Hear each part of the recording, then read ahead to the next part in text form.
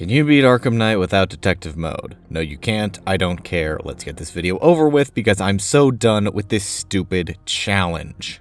The game begins without Batman in a scene I've played so many times it's lost literally all impact on me as a player. When it's finally Batman time, we have a short string of no challenge because Arkham Knight takes forever to actually get going. When we finally get in the Batmobile, we have a chase that wouldn't be of any significance, except that there's an unskippable cutscene where Batman confronts a drunk driver.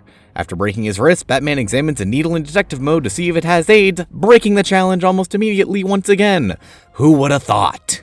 I know you're gonna argue that this doesn't count because it's a cutscene, but that would take away from the joke, so just let me have this. I would end it there and save about 7 hours of my already dwindling life, but you'd all lynch me for it, so here's the rest of your boring challenge. As expected, nothing of interest happens for a long frickin' time because Arkham Knight only has 13 Predator sections. When we get to the clock tower, we have our first official break in the challenge, when we need to enter detective mode to activate the statue. So even if you don't feel like counting that cutscene at the beginning, you only need to go an extra 7 minutes to get an official break. Batmobile shenanigans happen until we reach the Falcone shipping yard and are put in detective mode again against our will. You think this will be a running theme? Having already played the entire game, I can assure you, it is. But it doesn't matter because it's just a tutorial teaching us Predator mechanics, even though this is the 4th freaking game we've done this for, so I definitely don't need to use detective mode to take down 2 enemies. We get a new suit, defy all laws of reality to knock out some thugs, and move on with our lives.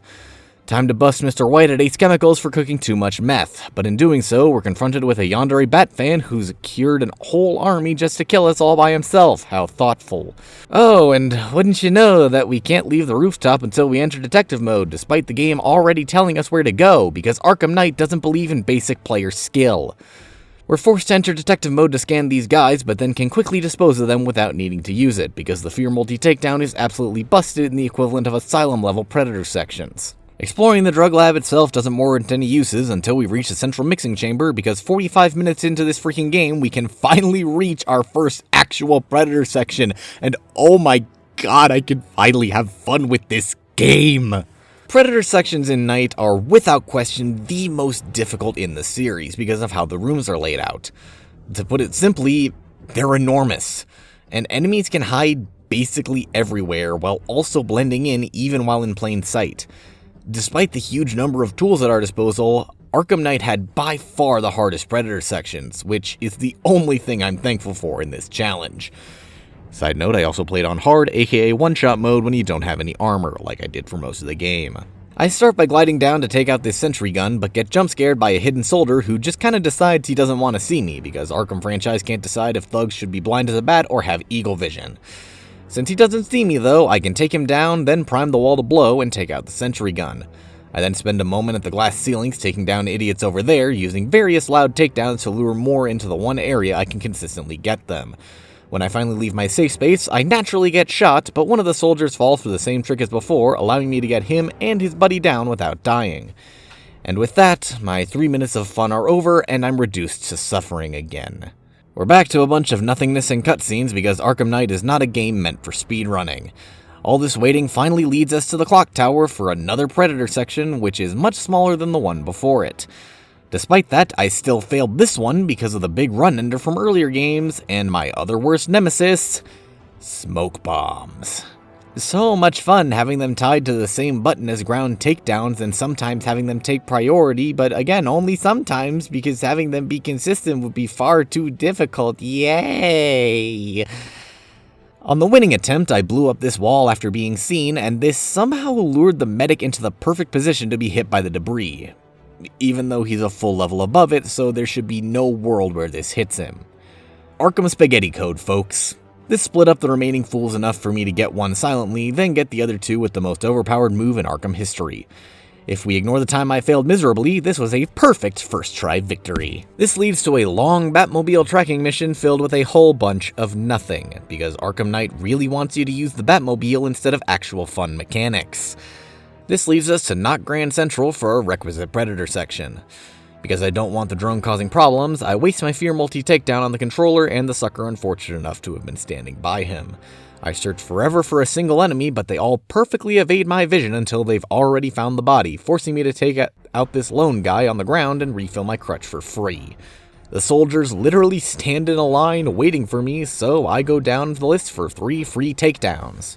Oh, well, they would be free, except these guys have aimbots and shoot me before I finish the final takedown animation, forcing me to take the last guy down on the ground before grappling up, because I do not want to deal with any more janky smoke bomb mechanics. And since I ran away, it gave me the perfect opportunity to string these guys up and win the room because their sense of spatial awareness is dog water. But I did it, and could go on with my day. Thankfully, Riddler following this encounter means nothing for the challenge, so I can ignore him yet again. Hey, you want to see something cool?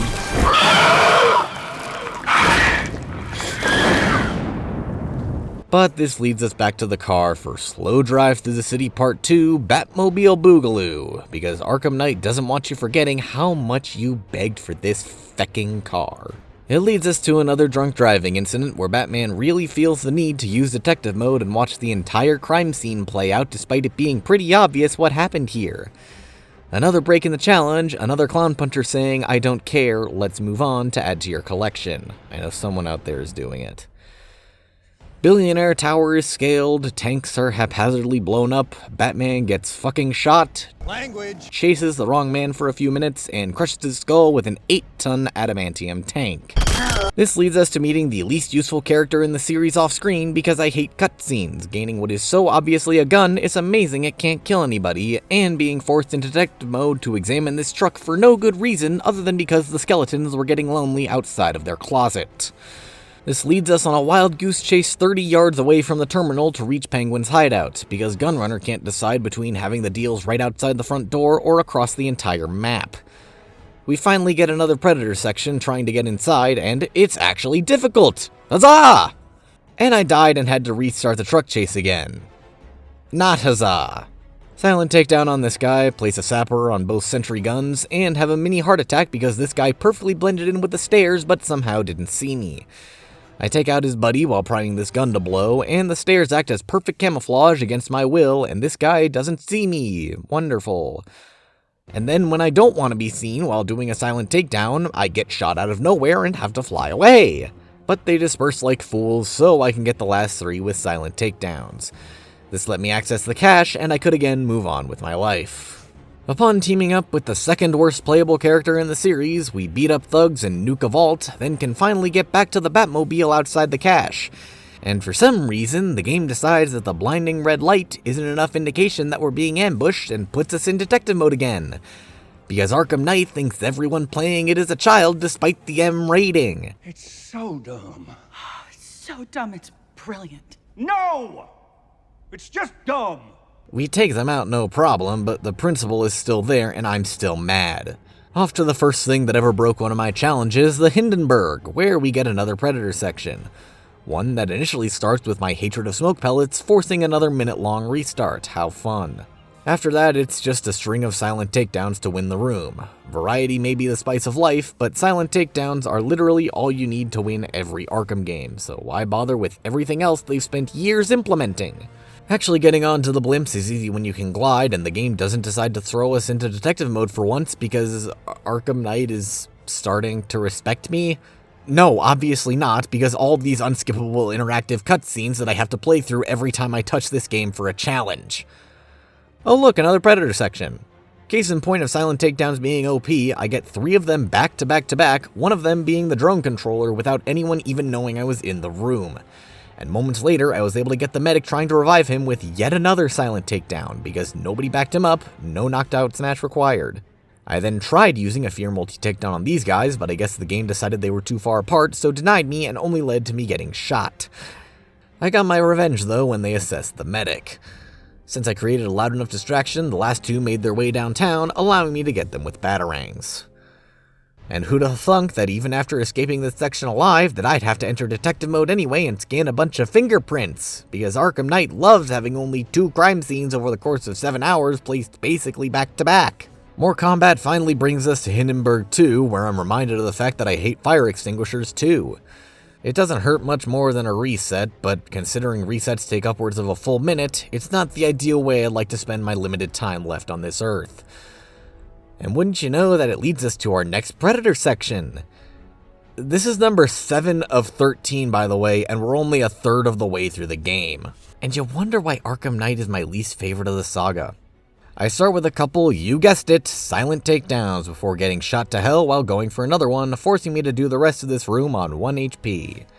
Well, silent takedowns don't require HP, so I get 3 more of those and even threw in a ground takedown for a bit of added flair. Ooh. Ah. Fear multi-takedown for the crutch, silent takedown on the last regular human, then a beatdown on Andre the Giant with a minigun for the win. Cloudburst shenanigans ensue with more unskippable cutscenes because Arkham Knight doesn't understand game flow for returning players. Even more unskippable cutscenes lead to the Cobra drones, but since you fight them in the Batmobile, I don't need to talk about them. In fact, like most of my challenges in Arkham Knight, I barely need to talk about anything for the next half hour of footage. Because it's all just cutscenes and Batmobile stuff before we head over to Founders Island. There, we get an important upgrade for later and destroy some Asylum cryptographic sequencers before being thrust into our Predator section. Because I'm both bad at games and blind, I tried going for a silent takedown immediately, only to get America'd by a guy I couldn't see, forcing me to run and lose the grates. It didn't deter me though, because waiting out their paranoia let me get 2 more guys with silent takedowns and plant C4 on 2 walls that I'll never use. Because hit detection is ass, the first one misses, but I get revenge with a knockout smash because Angie. I'm then able to get his back up with another knockout smash and a drop attack, first time using one of those in a while, winning the room and giving me access to an objectively worse Predator section against the Cobras. Fun! More pointless Batmobile stuff follows, and then we're immediately kicked off Founders Island because Arkham Knight doesn't want new players exploring a brand new island as soon as they unlock it. This starts the Harley arc at Universal Studios, but not even Super Nintendo World could make this park function. Especially with all the armed idiots running around in our biggest Predator section yet. As a plus side, we do have the voice synthesizer and disruptor at this point, which you can use as pseudo-detective mode substitutes to find otherwise hidden enemies. I didn't use them much after this room, but the thought of doing though was there, right? Unfortunately for me, I didn't get a good sense of how difficult this room actually was, because when I died and reset, it took all the enemies with it. I can't tell if this was an intended feature or a bug, but it disappointed me to no end because it took away any sense of challenge this section otherwise provided. I was able to take out the few remaining enemies with the voice synthesizer since it also replenished that, making this strategy absolutely overpowered. I'm not going to bother talking about the first half of this room because I'm lazy and want to move on. The movie studio's arc itself actually poses a few issues, because Arkham Knight is an inconsistent mess that never decides when to be interesting for a challenge. First we have the classic Predator section, but it's also honestly not worth talking about because we have Robin at our disposal to make half the enemies in here a little bitch. Ooh, you kiss your mother with that mouth? It's honestly way easier than it should have been despite the massive room it takes place in.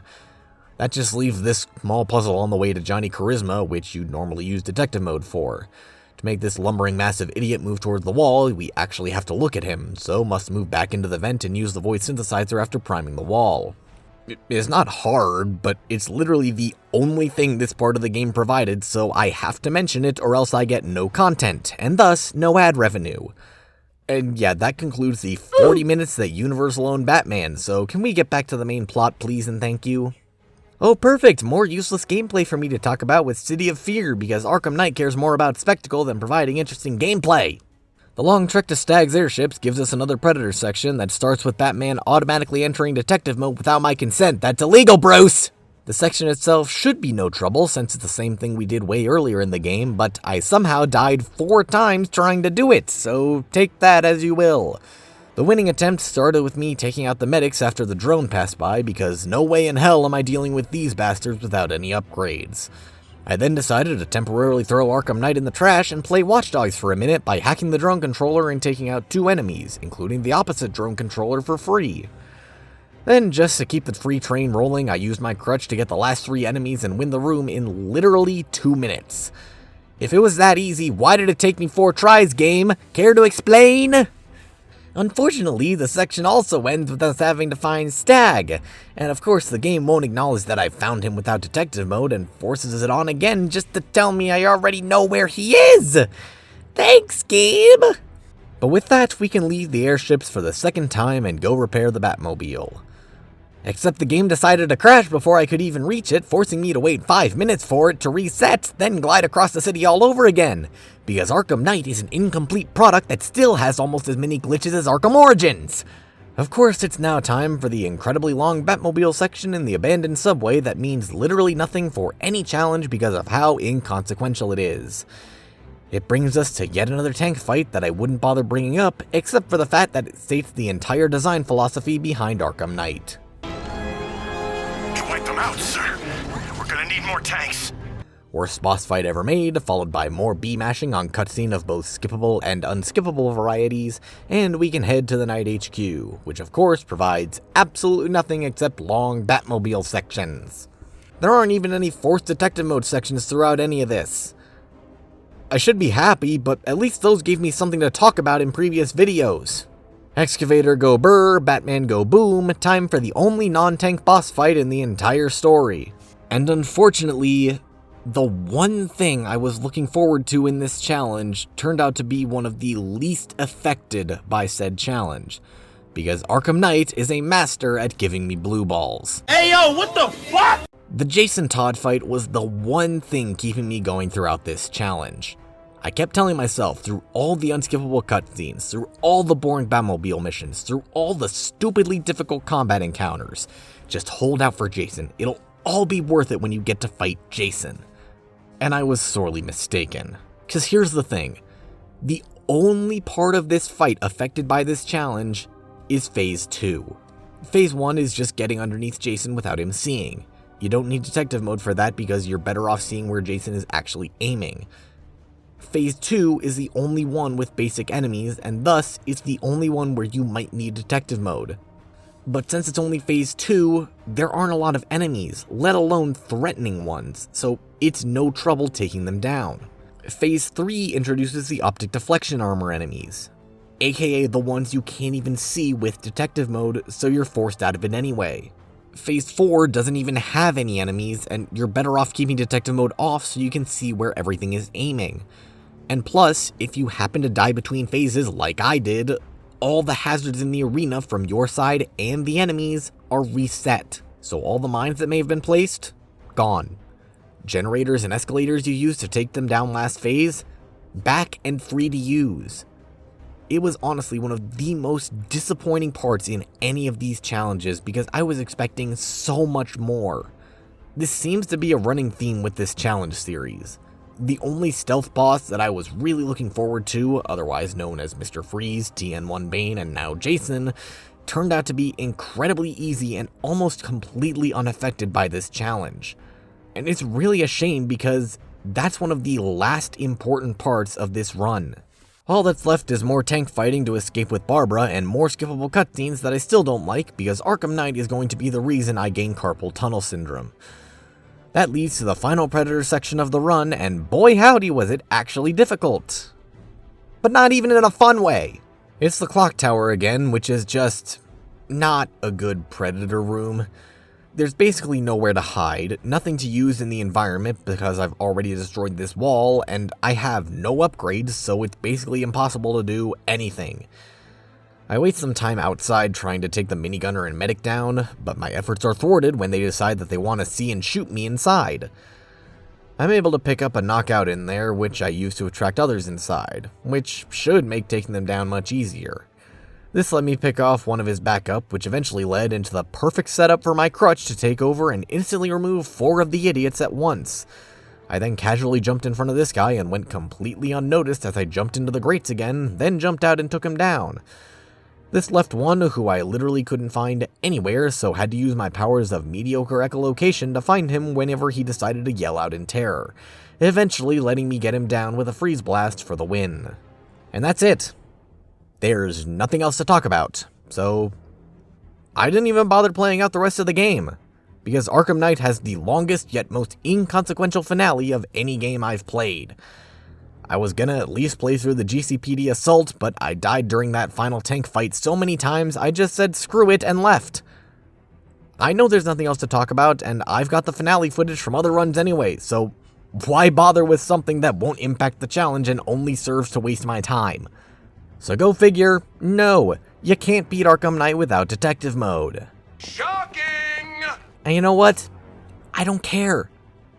This challenge is boring, it sucks, and I hate it, and why do you all watch this and not the actually good videos I make? Watch Spider-Man or Luigi's Mansion, please! I put actual effort into those! With that said, do all the YouTube stuff because Arkham Knight is my least favorite in the saga by a landslide. Thanks for watching, and I'll see you later, chaps.